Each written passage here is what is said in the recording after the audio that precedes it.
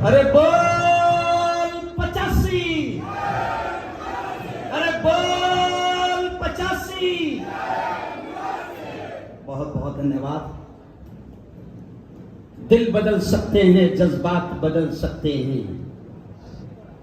दिल बदल सकते हैं, जज्बात बदल सकते हैं, मुल्क के फिक्र ख्यालात बदल सकते हैं और दौरे मौजूद के दिन रात बदल सकते हैं। हम बदल जाएं तो हालात बदल सकते हैं। राष्ट्रीय परिवर्तन मोर्चा, बहुजन मुक्ति पार्टी और जैसे अभी मेरे दोस्त राजू खरे ने ये कहा कि ये लाल पैदा करने वाला कार्यक्रम है, मैं आप तमाम से कहूंगा कि ये हमारे जितने लाल यहां पर बैठे हैं, जोरदार तालियां आप एक बार इन तमाम के लिए बजाएं। मैं मुस्लिम धर्मगुरु, आइंदा कल भाव मेरा बड़ा प्रोग्राम था गुजरात में, लेकिन जैसे ही राजू खरे साहब, हमारे अहीर सर, ये तमाम के तमाम लोग जब यहां पर आए और मुझसे कहा कि मुफ्ती साहब 10 मिनट ही सही आपको जानने आना है। मैंने कहा कार्यक्रम क्या है? तो कहा कि कार्यक्रम है बहुजनों शासक बनो। कार्यक्रम क्या है? जरा जोर से एक बार बोलो, बहुजनों। एक बार जोरदार नारा, बहुजनों। एक बार और जोर से, बहुजनों शासक बनो। चलो आओ, हमें अपने लीडर, हमारे रहबर वामन जी मेश्राम, जो हमारे बड़े दोस्त है, बड़े भाई है और लीडर है, उनको हमें सबको सुनना है। इसलिए यहां पर मैं सिर्फ 2020 खेल लूंगा, है ना। मैं मुस्लिम धर्मगुरु होने के नाते, जमीयत उलमा का जिला अध्यक्ष होने के नाते बात यहां से शुरू कर रहा हूं कि मैं जिस संगठन का अध्यक्ष हूं, जमीयत उलमा जलगांव जिले का, मेरे यारों ने आपको बता दूं कि हमारी ये वो संगठन है कि भारत की तारीख जानती है कि अंग्रेजों को, जालिमों को, उन गोरों को यहां से भगाने के लिए सबसे जबरदस्त अंदाज में मैदान में आकर एक बड़ा किरदार अदा किया था जमीयत उलमा हिंद ने। लेकिन आज मैं इस प्रोग्राम के जरिए से यह संदेश दे रहा हूं, इस प्रोग्राम के जरिए से यह पैगाम दे रहा हूं कि उस वक्त में आपके और हमारे पूर्वजों ने, उस वक्त में आपके और हमारे बाप दादाओं ने मिलकर यहां से गोरे अंग्रेजों को भगाया था। जुमला सुनना, उस वक्त हमारे बाप दादा ने मिलकर गोरे अंग्रेजों को भगाया था। अब हम तमाम को मिलकर ये नापाक काले अंग्रेजों को भगाना है। बोलो बोलो जोर से, जय 85 मूल निवासी। और यकीन मानो, जिस तरीके से मैंने ये जब मूल मंत्र पढ़ा आज के प्रोग्राम का, बहुजनों शासक बनो। अरे शासन करना, हुकूमत करना, ये हमारा अपना अधिकार है। ये चोर, ये 3.5% के लोग, ये चड्डीधारी जो आज मुल्क में शासक बने हुए हैं और हुक्मरानी कर रहे हैं, हिंदुस्तान, भारत की तारीख, यह मेरे मुल्क में यहां पर जो कहा जाता है, भारत की तारीख गवाह है कि ये 3.5-4% ये जो चड्डीधारी है, भारत की तारीख गवाह है कि ये उस वक्त अंग्रेजों की चप्पलें और जूते उठाने वाले ये लोग अंग्रेजों के दलाल बने हुए। और आज हम पर शासन करने की बात कर रहे हैं। आओ बहुजनों, आओ मूल निवासियों, मैं आपको यह पैगाम देता हूं कि जब यह परिवर्तन यात्रा आपसे कह रही है कि बहुजनों शासक बनो, तो मैं आपसे कहता हूं, शासक आप बनेंगे कैसे? हुक्मरान आप बनेंगे कैसे? कुर्सियों को हासिल कर कर राजू खरे ने कहा ना कि संसद में कैसे लोग बैठे हैं, वो तो राजू खरे की डेयरिंग है भैया। नहीं समझा? जरा जोरदार तालियां राजू खरे के लिए बजा दो। हमारा तो मामला ऐसा कि ये दाढ़ी टोपी, हम तो ऐसे हैं साहब कि हम कत्ल, वो कहते ना, हम आह भी करते हैं तो हो जाते हैं बदनाम, वो कत्ल भी करते हैं तो चर्चा नहीं होता। लेकिन चलो आओ बहुजनों, मैं 2-3 मिनट में अपनी बात खत्म करूंगा कि शासक हमको बनना है। और अशफाक पटेल साहब, हम शासक बनेंगे कैसे? जब हम डॉक्टर भीमराव साहेब अंबेडकर के मूल मंत्र पर हम अमल करेंगे तो शासक बनेंगे। हमारे उस लीडर ने हमसे कहा था कि शिका पढ़ो तालीम हासिल करो।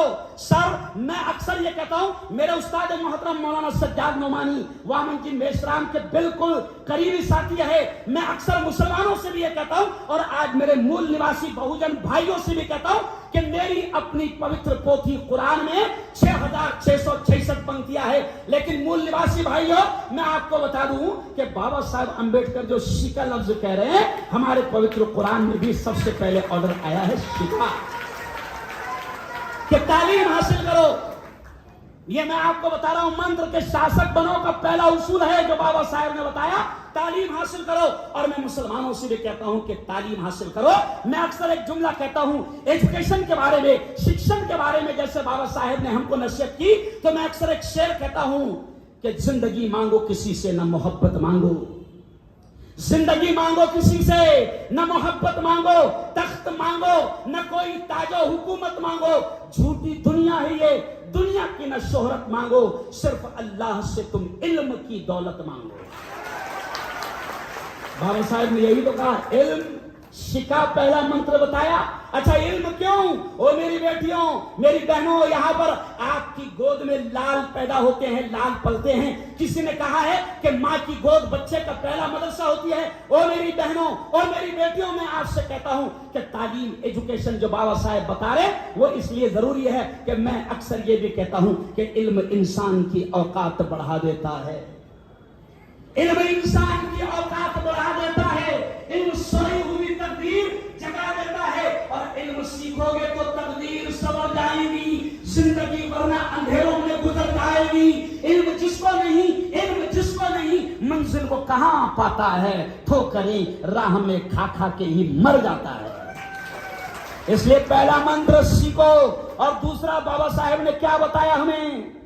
संगठित हुआ, इत्तेहाद, इत्तेफाक। यकीन मानो आज जामनेर में वामन जी मेश्राम की बग्गी घूम रही थी तो मैं समझता हूं कि चड्डीधारी वाले परेशान तो जरूर हो रहे हो कि ओहो इनको लग रहा है ओहो मूल निवासी संगठित हो रहे हैं।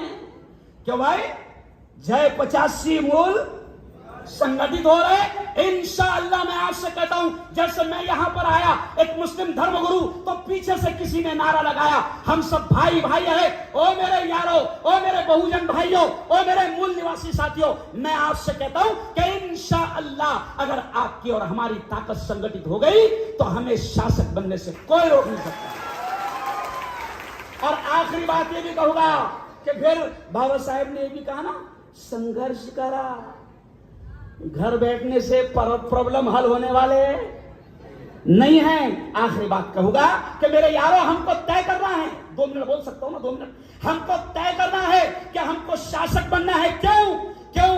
इसलिए कि हम सीना ठोक कर कहते हैं, ये जुमला ध्यान से सुनना, हम गर्व के साथ कहते हैं, सीना ठोक कर कहते हैं कि ये मुल्क हमारा है और हमारे बाप का, इन दल्लालों का नहीं है। ये नापाक ताकतें, मैं तो ये कहता हूं कि ये तो ईवीएम की पैदावार नाजायज नापाक सरकार है। ये कौन सी है? ये ईवीएम की पैदावार नाजायज नापाक सरकार। अरे बोलो, नापाक औलाद है, नापाक सरकार है। मैंने एक डायलॉग कहा था साहब मेरे चैनल के जरिए से कि जैसे आपने कहावत सुना होगा, तोते की जान पिंजरे में, सुने रहिए डायलॉग, तोते की जान पिंजरे में। तो मैं कहता हूं कि मोदी की जान ईवीएम में है। तोते की जान पिंजरे में, ऐसे ही मोदी की जान पिंजरे में। अरे बोलो, तो हमको यहां तय करना है कि जब तक के ईवीएम को हटाया नहीं जाता तब तक के हम संगठित होकर लड़ाई लड़ते रहेंगे। और आखिरी बात ये भी कहूंगा, क्यों मेरे यारों, ये जो बैठे हैं ना, इनके षड्यंत्र को समझो। बहुत अहम बात कह रहा हूं, इनके नापाक इरादों को समझो, इनके नापाक शैतानी प्लान को समझो। ये क्या कर रहे हैं? अंग्रेजों की नाजायज औलाद है ना ये, तो ये अंग्रेजों ने जैसे किया था, अंग्रेजों ने क्या किया था? डिवाइड एंड रूल, लड़ाओ और राज करो। तो ये अंग्रेजों की छोड़ी हुई नापाक औलाद, ये भी डिवाइड एंड रोल, हमको लड़ाकर, हमको अलग अलग करके ये राज करना चाहते हैं। आज आप देखो पूरे महाराष्ट्र में आग लगी हुई है, एक खबीस है, ये जुमला सुनना मैं यहां पर खत्म कर रहा हूं। एक खबीस है, एक शैतान है। हम कहते हैं कि मुल्क में जितनी महान हस्तियां हैं, चाहे वो बाबा साहेब अंबेडकर हो या हमारे आका हजरत मोहम्मद मुस्तफा सल्लल्लाहु अलैहि वसल्लम हो, हमारा कहना है कि मुल्क में महान हस्तियों का, महान पुरुषों का जो भी अपमान करेगा उसको फांसी के फंदे पर चढ़ाओ। लेकिन यह महाराष्ट्र की नापाक सरकार क्या कर रही है कि जिसने हमारे नबी की शान में गुस्ताखी किया, जिसने हमारे रसूल की शान में गुस्ताखी किया, यह शिंदे कहता है कि महंत के बाल को भी कोई धक्का नहीं लगा सकता। क्यों भाई? लेकिन ये इनका नापाक प्लान है। अब मैं बहुत जिम्मेदारी के साथ ही जुमला कह रहा हूं कि महंत के बाल को धक्का कोई नहीं लगाएगा, मगर इलेक्शन से पहले ये खुद धक्का लगाएंगे। इशारा कर रहा हूं, समझ जाओ। अभी उसको संभाल कर रखे हैं, इलेक्शन के पहले ये महंत को धक्का लगाएंगे और फिर उसका सारा इल्जाम किसके सर पर डालेंगे? अरे बोलो ना, मुसलमानों के सर पर डालेंगे और फिर ये दंगे फसाद फैलाएंगे। इसलिए मैं आज से कह रहा हूं कि इनके षड्यंत्र को समझो। दंगे और फसाद इनका नापाक तरीका है। ये डिवाइड एंड रोल, लड़ाओ और राज करो वाली पॉलिसी पर अमल कर रहे हैं। हमको संगठित होकर यह तय करना है कि इन शैतानों के नापाक प्लान को इंशाअल्लाह हम कामयाब होने नहीं देंगे। अरे बोलो, नहीं देंगे। बहुत बहुत मुबारकबाद। ये मोहब्बत का लेटर आ गया है, टाइम इज ओवर। इसलिए यहीं पर बात खत्म करूंगा। जो शुरू में मैंने शेर कहा कि हालात से हमको डरने की जरूरत नहीं, हालात जरूर बदलेंगे, जरूर बदलेंगे। मैंने शुरू में शेर कहा ना साहब कि दिल बदल सकते हैं, जज्बात बदल सकते हैं। दिल बदल सकते हैं, जज्बात बदल सकते हैं, मुल्क के फिक्र ख्यालात बदल सकते हैं और दौरे मौजूद के दिन रात बदल सकते हैं। हम बदल जाएं तो हालात बदल सकते हैं। बोलो बोल 85, बोल 85। ये नारा बताता है कि बेटा हम 85 है। बहुत बहुत धन्यवाद। बहुत बहुत शानदार कार्यक्रम आप लोगों ने सजाया। बहुत बहुत शुक्रिया, मेहरबानी।